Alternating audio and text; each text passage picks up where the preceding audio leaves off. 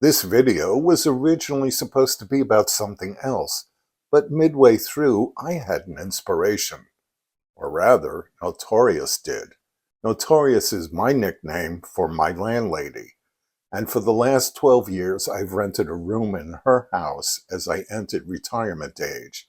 It's a nice place, and sometimes even a busy place, as guests from far and wide stop by for a bit of a chat or a game of poker. Downstairs one morning, I gave a treat to Tucker, the landlady's labradoodle, who was also notorious. One of his favorite treats is something that looks like beef jerky, but is made of duck. So I said, "There you go, buddy. Here's a nice piece of duck amuck for you." No sooner were the words duck amuck out of my mouth when the cartoon flashed in my brain.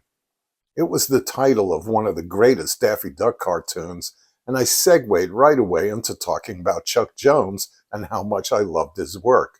And Notorious, wanting to get back to her wordle, said, "How nice.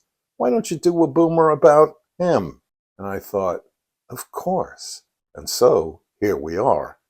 Chuck Jones was and remains an icon to my generation and all those that followed, as he created some of the funniest and most thoughtful cartoons ever made. Those Merry Melodies and Looney Tunes released through Warner Brothers are truly timeless. But being the baby boomer I am, I want to talk about the ones he made in the 50s. The ones I grew up with on the Bugs Bunny show, which premiered in 1960. It ran for more than 4 decades, and more than one generation grew up watching these cartoons on TV, and everyone has their favorites. But to me, Bugs and Daffy were clearly the stars of the show. And the cartoons Bugs and Daffy did together, such as Rabbit Season or Duck Season, are flat out hilarious as they continually try to outsmart each other, with Daffy usually ending up with the worst of it. Beanstalk Bunny with Elmer as the giant is a visual gag fest, especially when Bugs and Daffy run through Elmer's hollow head. Trip Along Daffy tops that with moments that border on the hallucinogenic as Daffy tries to outdrink a bad guy in the local saloon. One Froggy Evening, a showbiz parable about greed and ambition that gently skewers some of our baser instincts and just how timeless those instincts are. Duck Dodgers of the 21st and a half century is a fan favorite and introduces Marvin the Martian. The 1950s are considered the golden age of science fiction, and Duck Dodgers does a Buck Rogers spin on the entire era. Hello Kitty is both hilarious and heartwarming, a doubleheader for pet lovers everywhere.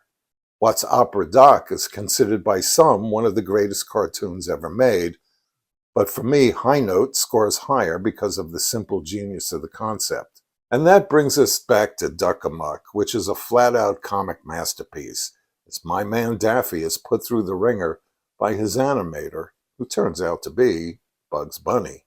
Chuck Jones was one of my heroes, a filmmaker who gave me and every kid I grew up with, and that includes my own kids, more sheer joy than perhaps any other filmmaker.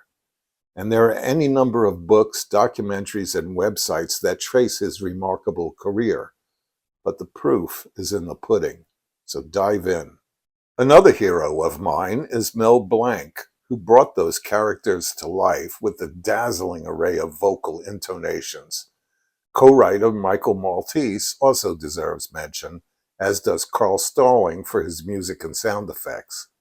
Finally, one Thanksgiving back in the 80s, as our guests were waiting for dinner, Sandy and I played both a salute to Chuck Jones and Daffy Duck the Nuttiness Continues, two VHS tapes that combine the very best of Chuck Jones's work.